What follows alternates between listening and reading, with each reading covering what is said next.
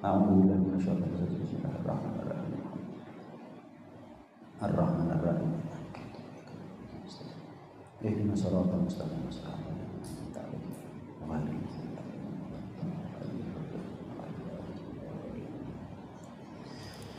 Bismillahirrahmanirrahim. Alhamdulillahirabbil alamin. Wa bihi nasta'in 'ala umuri dunya waddin wa asyhadu an la ilaha illallah wahdahu la syarika lah syahadatan nadkhiluha dakhilatan liyaumiddin wa asyhadu anna sayyidana Muhammadan abduhu wa rasuluh afdhalul anbiya wa sayyidul mursalin. Allahumma shalli wa sallim wa barik wa karrim wa majjid wa 'azim ala sayyidina wa habibina wa syafi'ina wa qurrati a'yunina wa maulana Muhammadin wa ala alihi wa sahbihi ajma'in wa la haula wa la quwwata illa billahil aliyyil 'azim. Amma ba'd. Subhanaka la ilma lana illa ma 'allamtana innaka antal alimul hakim. Rabbi shrah li sadri wa yassir li amri wahlul 'uqdatam min lisani yafqahu qawli wahdi qalbi wa saddid bihi lisani. Allahumma arinal haqqa haqqan warzuqna ittiba'ah wa arinal batila batilan warzuqna ijtinabah waj'alna minal ladzina yastami'una al-qawla fayattabi'una ahsanah. Nawaitu ta'allum wa ta'lim wa tadhakkur wa tadhkir wa naf'a wal intifa' wal ifadah wal istifadah wal hatha 'ala tamassuki bi kitabillah wa sunnati rasulih wa du'a ila al-huda wa dalalata 'ala al-khair ibtigha'a wajhillahi wa maradatihi wa qurbihi wa thawabihi subhanahu wa ta'ala. Wa sallallahu ala sayyidina Muhammad wa ala alihi wa sahbihi wa sallam walhamdulillahi rabbil alamin. Assalamualaikum warahmatullahi wabarakatuh. Syukur alhamdulillah kita masih diberi keistiqomahan oleh Allah Subhanahu wa taala sehingga umurnya kita, sehatnya kita, nikmat yang Allah berikan kepada kita saat ini menjadi nikmat-nikmat yang manfaat. Mudah-mudahan demikian seterusnya keadaan kita dianugerahi taufik juga hidayah sampai kita meninggal sesuai dengan harapan kita masing-masing, yaitu husnul khotimah. Amin ya rabbal alamin. Melanjutkan pengajian kitab At-Targhib wa Tarhib, masih dalam pembahasan tentang tayamum. Dalam satu hadisnya Rasulullah Shallallahu Alaihi Wasallam pernah mengatakan, wa an Jabir radhiyallahu anhu anna Nabiyya Shallallahu Alaihi Wasallam qala, dari sahabat Jabir, beliau meriwayatkan bahwasanya Rasulullah Shallallahu Alaihi Wasallam pernah bersabda, "U'titu khamsan lam yu'ta ahadun minal anbiya qabli." Aku diberi oleh Allah Subhanahu wa taala kekhususan, keistimewaan 5 perkara yang tidak seorang pun nabi, bahkan manusia siapapun dia, pernah mendapatkan satupun keistimewaan tersebut. 5 keistimewaan yang Allah khususkan hanya kepada Rasulullah, tidak Allah berikan kepada siapapun sebelum beliau. Memang para anbiya, para rasul itu punya keistimewaannya masing-masing. Jumlahnya nabi itu ada 124.000. Yang paling afdol di antara mereka 313 rasul, karena memang rasul lebih afdol daripada nabi. Dari 313 rasul, yang paling afdol di antara mereka 25, karena memang itu yang Allah sebut nama-nama mereka dalam Al-Quran, kitab suci yang paling sempurna.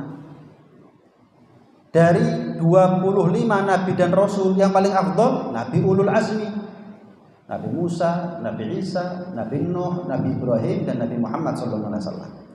Dan paling afdol di antara mereka semuanya, nabi dan rasul, adalah junjungan kita Nabi besar Muhammad sallallahu alaihi wasallam. Persis dengan apa yang Allah firmankan dalam Al-Qur'an, tilkar rusulu faddalna ba'dahum ala ba'din. Mereka para rasul, mereka para utusan ini, ada yang Allah berikan kelebihan kepada mereka di atas yang lain. Nabi Musa kelebihannya apa? Bisa bicara langsung kepada Allah tanpa perantara. Nabi Isa kelebihannya apa? Tercipta tanpa ayah. Nabi Adam sebagai datuk atau kakek moyang seluruh nabi. Nabi Ibrahim keistimewaannya anak cucunya banyak yang jadi nabi. Rasulullah SAW pernah menyaksikan langsung zat hakikatnya Allah ketika Mi'raj. Tilkar rusulu faddalna ba'dahum ala ba'din.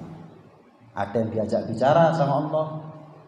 Faminhum man kallamallah wa rafa'a ba'dahum darajat. Ya. Ada yang Allah tinggikan derajatnya lebih daripada yang lain. Nah, uqtitu khamsan, aku diberi oleh Allah Subhanahu wa taala 5 perkara. Lam yu'ta ahadun minal anbiya qabli, yang tidak seorang pun daripada nabi-nabi sebelum aku yang pernah mendapatkan 5 perkara ini. Berarti ini adalah termasuk khosois.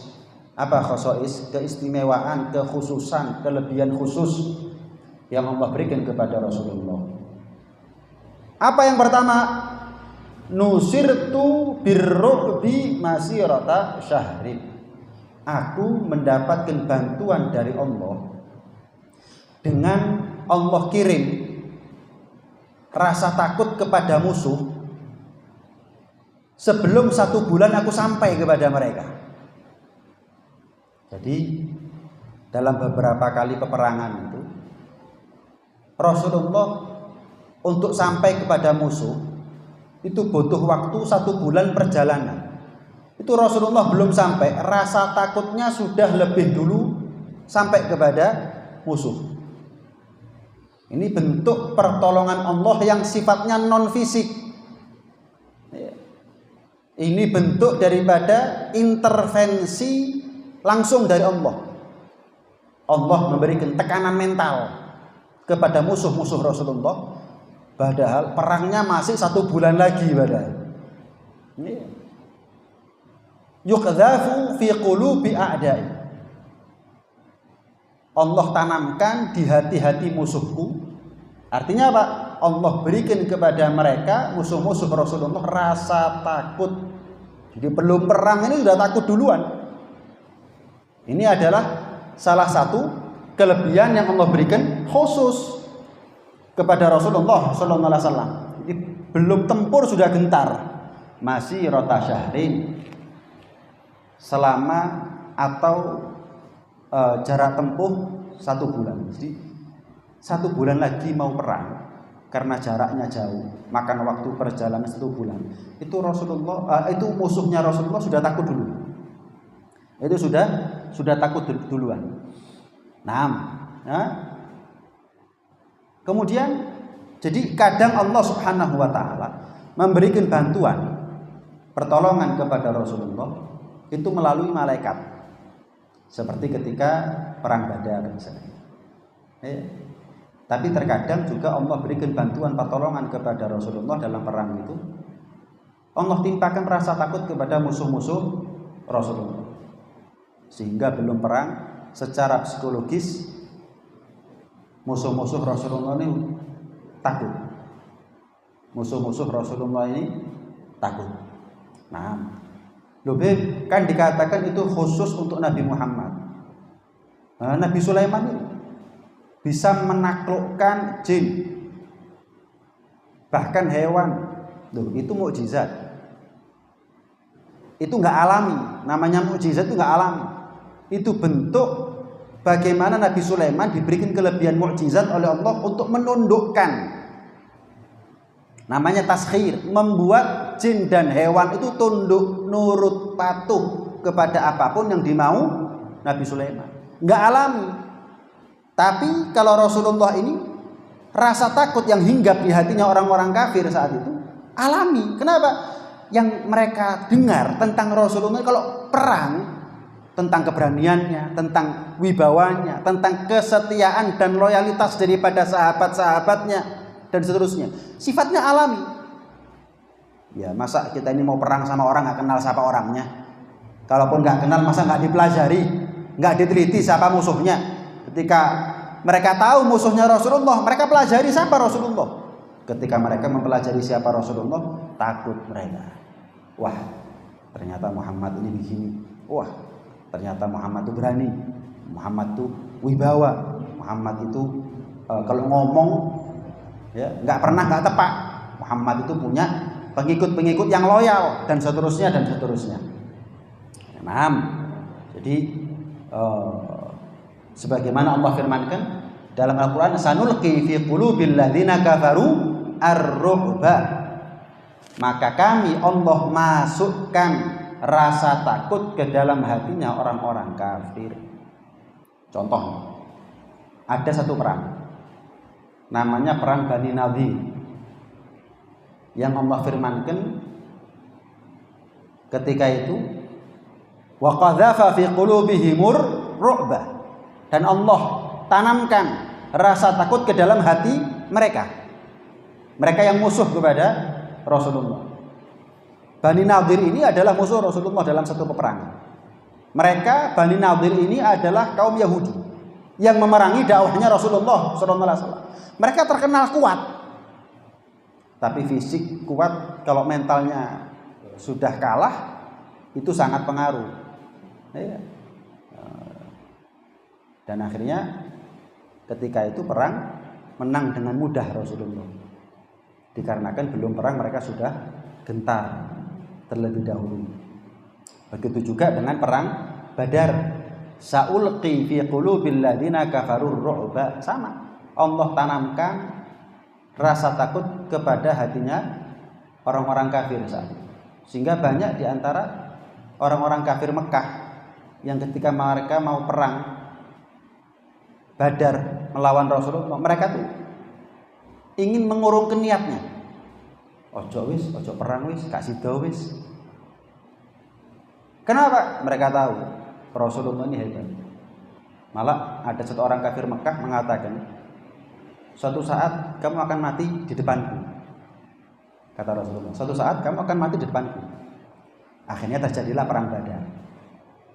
Perang Badar ini semua laki-laki yang ada di kota Mekah itu harus keluar dari kota Mekah untuk perang melawan Rasulullah. Harus. Sehingga laki-laki yang dikatakan sama Rasulullah, kamu suatu saat akan mati mengenaskan di hadapanku, itu takut. Kenapa? Muhammad kalau ngomong nggak pernah nggak tepat ini. Muhammad kalau ngomongin nggak pernah nggak bener, pasti kejadian. Takut. Tapi akhirnya mau nggak mau ikut perang, mati beneran ketika perang Badar. Jadi ini adalah kekhususiaan, keistimewaan, privilege yang Allah berikan kepada baginda besar Nabi Muhammad sallallahu alaihi wasallam. Ini yang pertama. Yang kedua, wa ju'ilat liyal ardu masjidan wa tahura. Allah jadikan tanah ini sebagai masjid. Artinya nabi-nabi terdahulu dan beserta umat-umatnya mereka kalau mau sholat nggak bisa di jalan, di lapangan, nggak bisa. Mereka kalau mau sholat, mau ibadah, ya harus bangun tempat ibadah. Sholat di rumah itu nggak bisa mereka. Kalau kita kan pokoknya suci boleh, mau di rumah, mau di masjid, mau di langgar, mau di musola, mau di jalan, mau di lapangan, terserah. Ini kemudahan yang Allah berikan khusus untuk kita sebagai umat Rasulullah SAW. Kita punya kemudahan dalam hal akses beribadah kepada Allah. Coba bayangkan kalau kita ini nggak boleh sholat di rumah, harus ke masjid, harus ke musola, harus ke langgar. Wah, pasti repot kita. Kenapa? Sholat di rumah boleh loh, kadang-kadang nggak sholat. Apalagi sholat harus ke masjid, harus ke tempat ibadah. Yang kedua, kenapa kok Allah jadikan hamparan bumi ini adalah tempat yang boleh kita gunakan untuk sholat. Karena umatnya Nabi ini umat yang banyak, umat yang paling banyak. Ya, coba bayangkan butuh masjid berapa tingkat. Kalau seandainya semua orang kalau sholat harus ke masjid, nggak boleh di jalan. Berarti kalau sholat id masih jamak itu nggak cukup. Dan terus mau bangun berapa luas itu masjid?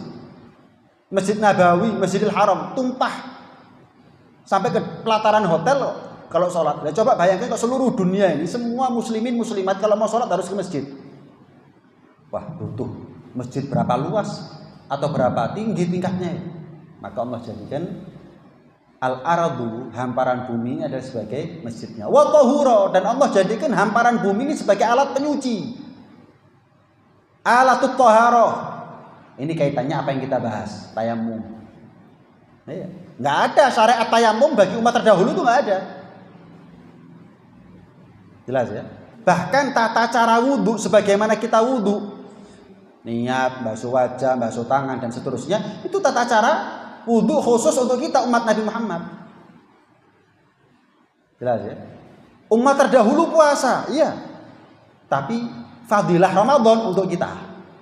Umat terdahulu ada syariat puasa, tapi fadilahnya nggak seperti kita. 10 hari pertamanya rahmat, 10 hari keduanya ampunan, 10 hari ketiganya merdeka dari neraka. Ada Lailatul Qadar di situ, ibadah sunnah dikasih pahala wajib, ibadah wajib dilipat gandakan 70 kali lipat dan seterusnya. Nggak ada itu umat terdahulu. Umat terdahulu ada sholat tapi nggak seperti sholatnya kita. Umat terdahulu ada wudhu tapi nggak seperti wudhunya kita. Umat terdahulu ada puasa tapi nggak seperti puasanya kita. Umat terdahulu Allah jadikan ya, air itu hanya alat untuk minum. Jadi kalau mereka najis pakaiannya itu nggak bisa dicuci, karena tidak Allah jadikan air sebagai alat toharoh. Jadi kalau pakaiannya mereka kalau najis ya, itu dipotong kemudian ditambal. Kalau kita kan dicuci beres. Nah, Allah jadikan hamparan bumi ini sebagai alat bersuci. Apa itu tayamum? Nggak ada air, kita jadikan tanah ini sebagai alat untuk tayamum. Maka kata Nabi apa?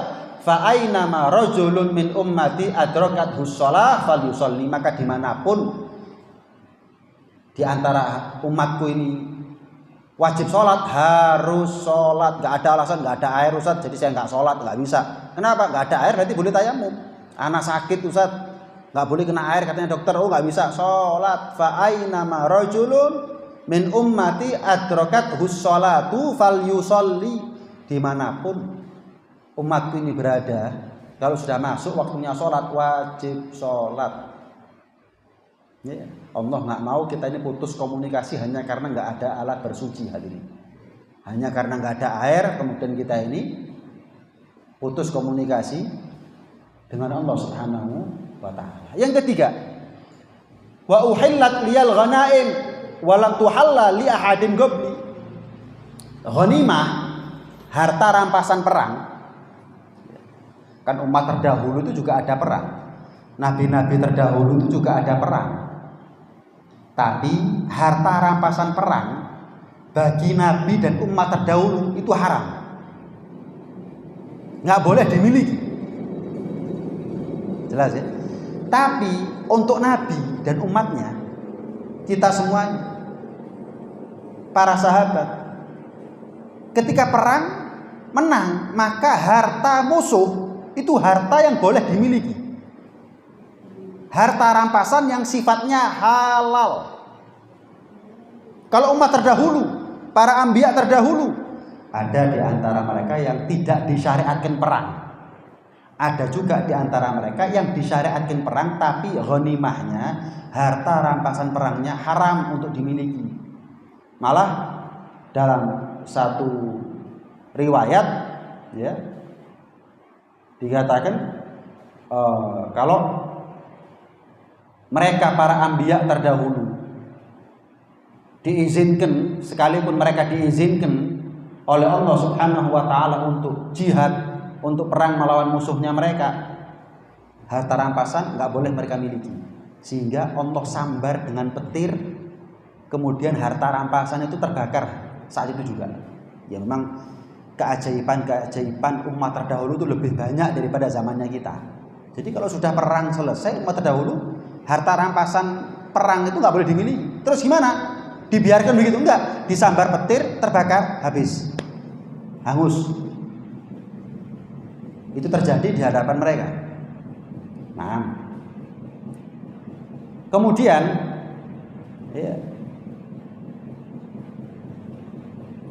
wa u'titu syafa'ah. Yang kelima, yang terakhir, aku diberi hak syafaat oleh Allah Subhanahu wa taala. Yang mana hak syafaat ini tidak Allah berikan kepada para nabi terdahulu. Yang dimaksud syafaat khusus untuk nabi adalah asy-syafa'atul uzma. Syafaat yang paling besar, syafaat yang paling agung. Ini yang dimaksud dalam firman-Nya Allah, maqaman mahmuda, kedudukan yang terpuji. Wa asa ayyab'atsaka rabbuka maqaman mahmuda. Mudah-mudahan Allah mengangkatmu wahai Muhammad ke tempat yang terpuji, kedudukan yang baik. Apa maqaman mahmuda? Yang dimaksud maqaman mahmuda itu adalah asy-syafa'atul uzma. Apa syafa'atul uzma? Syafaat yang berlaku untuk seluruh umat manusia. Bentuk syafaatnya adalah Nabi minta agar hisab ini segera dimulai. Jadi nanti manusia ketika sudah kumpul semuanya di padang mahsyar, Allah biarkan mereka menunggu. Kita ini nunggu di ruangan ber-AC aja tersiksa. Menunggu sesuatu yang nggak pasti, walaupun di tempat yang nyaman, tetap nggak nyaman buat kita.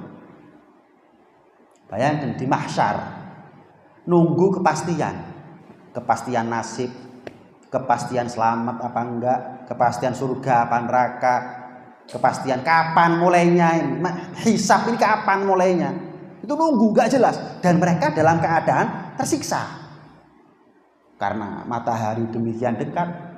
Dalam riwayat hanya jarak 1 mil. Kita ini matahari jutaan mil, pakai AC sudah nggak mempan. Jaraknya 1 mil. Bayangkan kalau nanti matahari jaraknya cuma 1 mil, jutaan mil aja panasnya seperti ini, apalagi cuma 1 mil. Akhirnya para manusia berdatangan kepada nabi terdahulu. Ada yang datang kepada Nabi Adam minta syafaat, ayo Adam, minta sama Allah percepat ini hisab. Kata Nabi Adam, nafsi, kamu punya urusan, aku juga punya urusan sendiri sama Allah. Al-masyghul la yushghal. Sesuatu yang sibuk nggak bisa ditambahi kesibukan yang lain. Datang kepada Nabi Musa juga menolak. Datang kepada Nabi Isa juga menolak. Ya, juga menolak. Akhirnya para anbiya itu menyarankan coba datang kepada Muhammad Rasulullah Shallallahu Alaihi Wasallam. Akhirnya Rasulullah sujud lama menghadap kepada Allah. Dalam sujudnya Rasulullah itu memuji Allah dengan pujian yang belum pernah beliau ucapkan sebelumnya. Sampai Allah katakan irfa' ra'sak ya Muhammad wa qul yusma' lak washfa' tushaffa. Angkat kepalamu wahai Muhammad, apa yang kamu minta aku dengar, aku akan kasih. Akhirnya Allah berikan hak dan wewenang kepada Rasulullah untuk mensyafaati semua manusia saat itu. Apa permintaannya Rasulullah? Ya Rabb, percepat hisab. Akhirnya segera dilaksanakan yang namanya hisab. Ini yang namanya syafaatul uzma. Pertanyaannya, apakah nabi-nabi terdahulu bisa mensyafaati umatnya mereka masing-masing? Bisa. Jadi ada beberapa macam syafaat yang khusus untuk Rasul. Tapi juga ada beberapa syafaat yang umum sifatnya. Bahkan malaikat bisa mensyafaati manusia saat itu. Bahkan orang soleh bisa mensyafaati orang lain. Karena ada syafaat yang sifatnya khusus untuk Nabi, ada syafaat yang sifatnya umum. Di antaranya nih, Apa saja Ustaz syafaat yang khusus untuk Rasul sallallahu alaihi wasallam? Yang pertama asy-syafa'atul udhma. Ini syafaat yang paling agung sudah. Tidak ada nabi yang diizinkan oleh Allah untuk minta mempercepat hisab kecuali hanya Rasulullah yang boleh.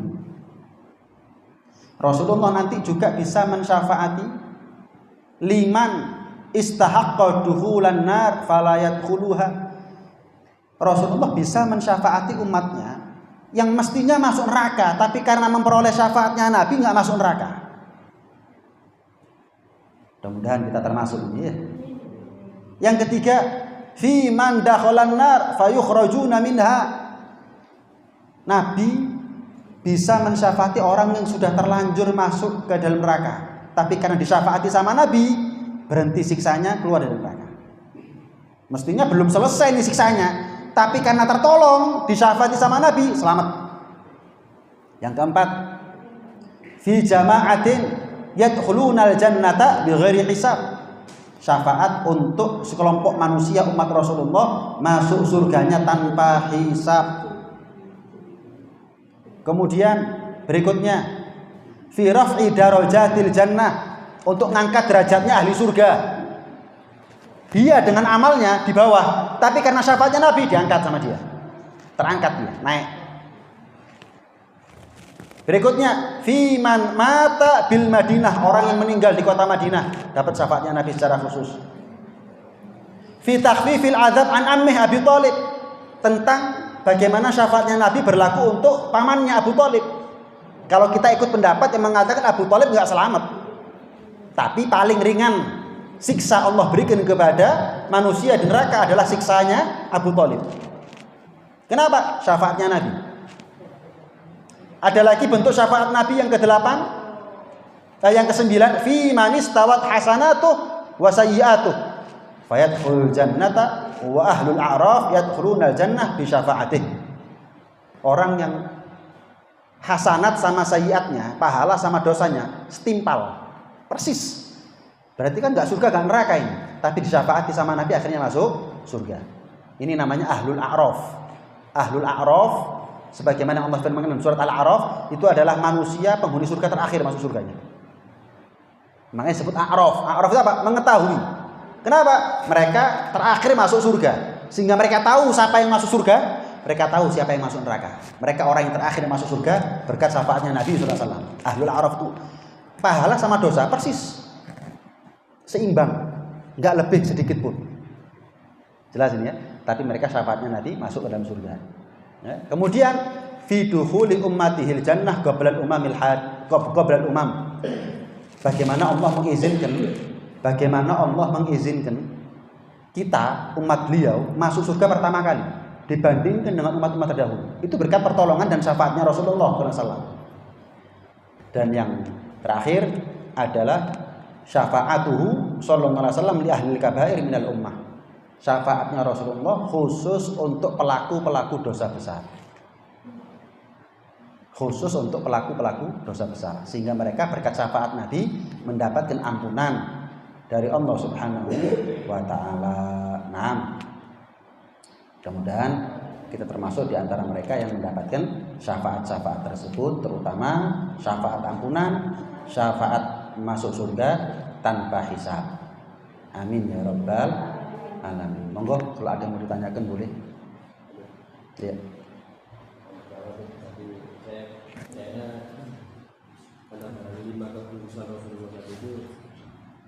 Saya cuma mungkin tidak ya.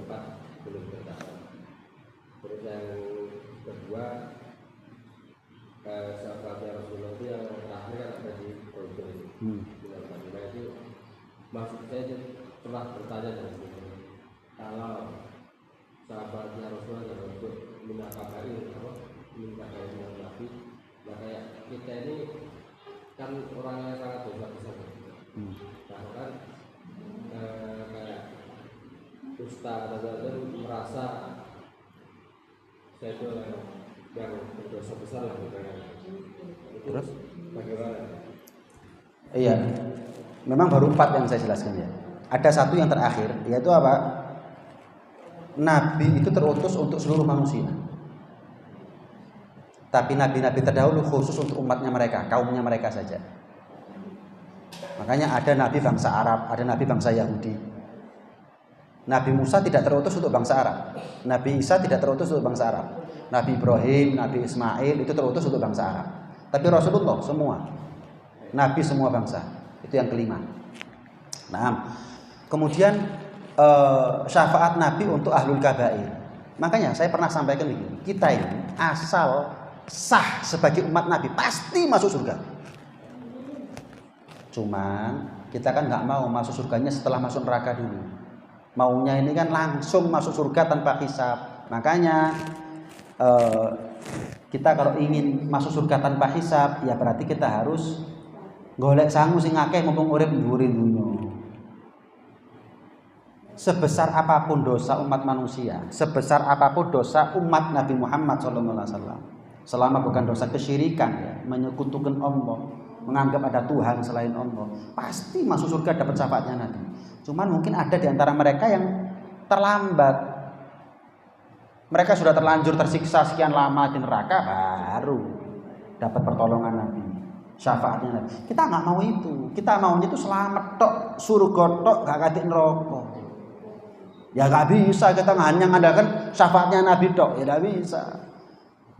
Sholawat tapi gak sholat misalkan, hanya mengandalkan syafaatnya Nabi, ya gak bisa. Gak puasa tapi sholawat, ya gak bisa. Jadi apa namanya? Jangan kemudian kita ini kegeeran sebagai surga itu syafaat Kanjeng Nabi. Loh, kalau memang pertama kita ini diakui sebagai umatnya Nabi, yo yakin masuk surga, yakin. Tapi kan kita nggak tahu apakah kita ini masih diakui sebagai umatnya Nabi. Kan selama ini sering kita dengar siapa orang yang melakukan ini maka dia tidak tergolong dia sebagai umatku. Berarti kan terusir dia sebagai umatnya Nabi, blacklist dia. Lah kalau sudah di blacklist apakah dia termasuk orang yang disyafaati sama Nabi? Ya tidak. Neraka salawase. Emangnya surga itu milik mereka yang mengaku? Enggak, surga itu milik mereka yang mengaku dan diakui. Imannya kita diakui nggak sama Allah? Statusnya kita sebagai umat Rasulullah diakui nggak sama Rasulullah? Jadi ini pertanyaan yang seharusnya cukup membuat kita ini kenapa kok harus ibadah jangan maksiat? Kenapa? Loh, kalau saya banyak maksiat nanti akhirnya tanpa saya tahu saya terusir, dicoret sebagai umat Nabi Muhammad. Terus saya dapat syafaatnya gimana? Sebagai umatnya aja saya enggak. Itu gambarannya. Nah, ada yang lain mungkin. Ibu-ibu mungkin ada yang mau tanya? Ini riwayat yang mengatakan bukan termasuk golongan itu hubungannya mesti kesyirikan. Nabi mengusir umatnya sebagai umat, ya tidak memasukkan dia sebagai golongan umatnya beliau, nggak harus kesyirikan, nggak harus. Dan tidak semua yang dikatakan tidak tergolong umatku itu kemudian nggak dapat syafaatnya Nabi. Itu ada yang sifatnya ancaman, ada yang sifatnya dosa. Nah, sifatnya dosa ini yang fatal. Kan banyak ya hadits-hadits yang menyebutkan tentang siapa yang melakukan begini maka dia tidak tergolong daripada umatku. Nah, itu ulama yang mengklasifikasikan ini bentuknya ancaman saja atau ini bentuknya adalah dosa besar, fatal. Itu yang hati-hati. Gitu. Itu yang fatal, itu yang fatal. Nah, ya. Kalau betul-betul ya berarti dia sudah terusir, tercoret sebagai umat Nabi. Itu yang bahaya. Makanya saya katakan fatal. Ada yang mau tanya? Cukup? Ada? Boleh? Ada ini Pak. Iya.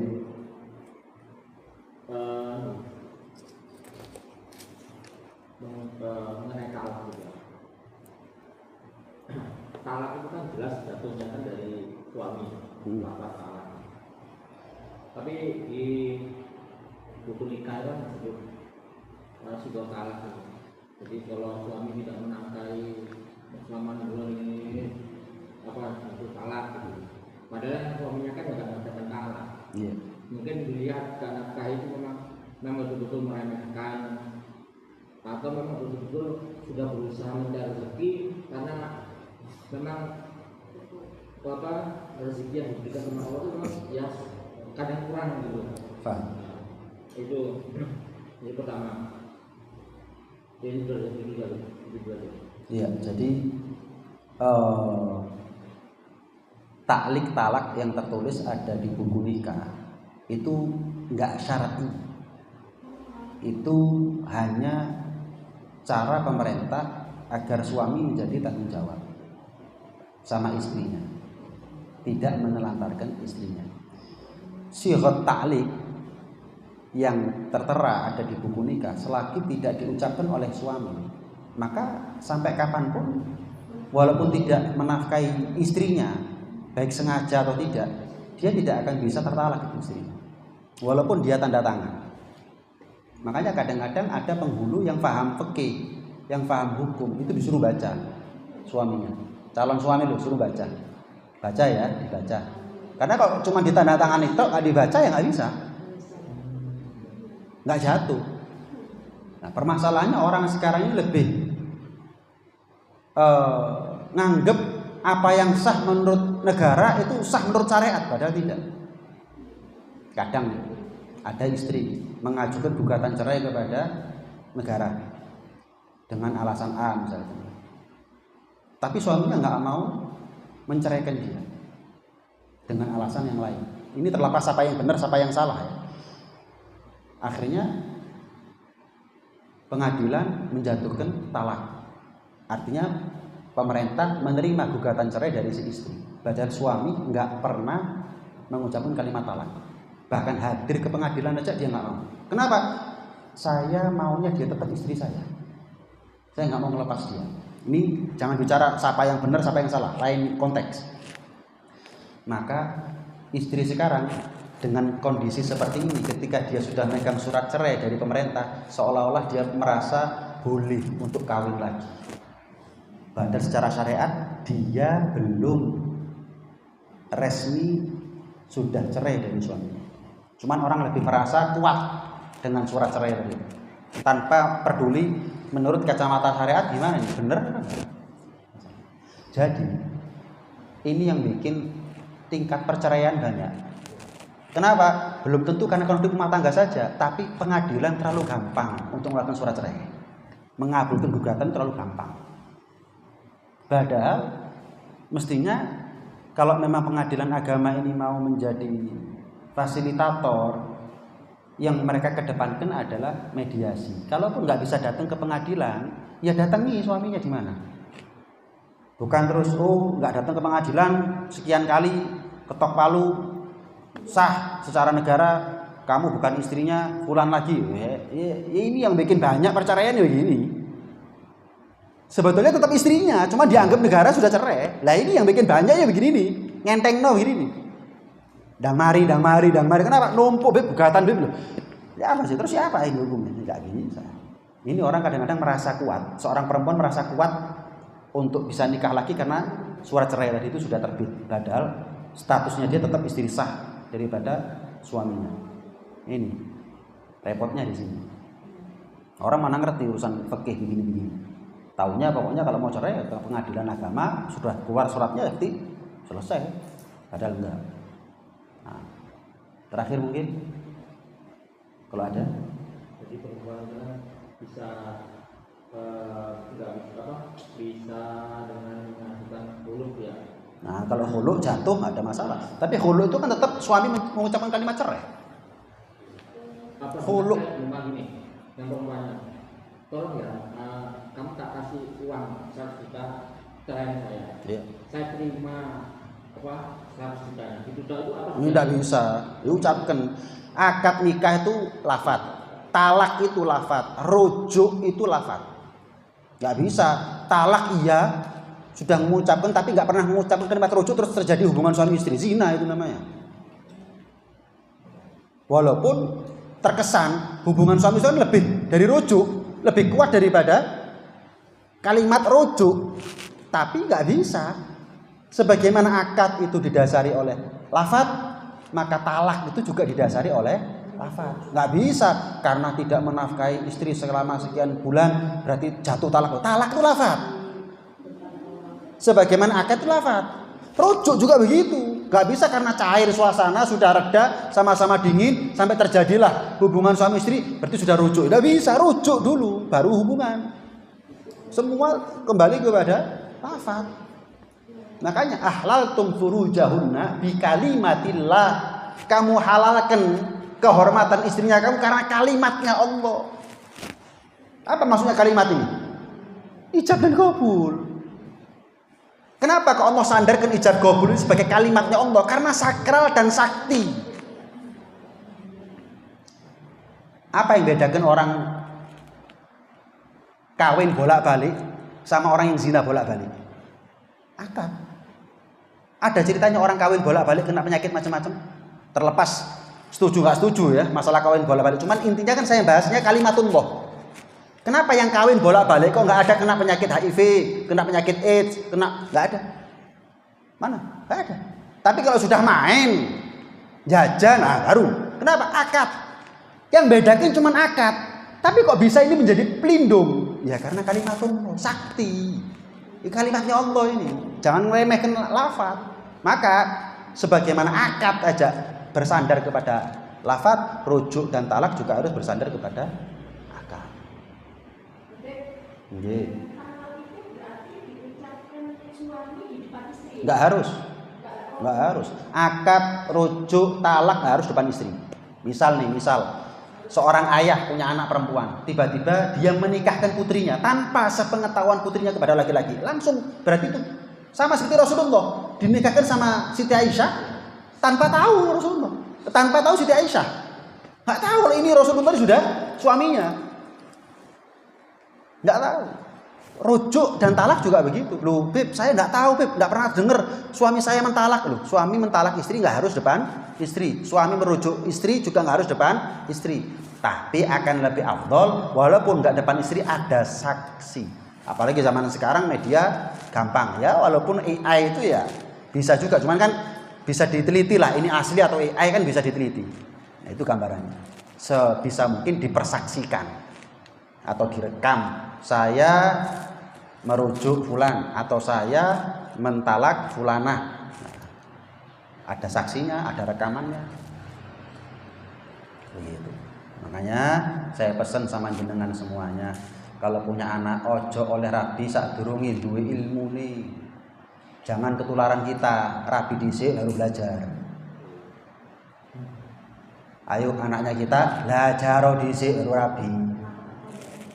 Emangnya rumah tangga sakinah mawaddah warahmah tanpa ilmu bisa? Walaupun yang laki kaya raya terus sakinah mawaddah warahmah tiba-tiba turun dari langit itu aja tanpa ilmu.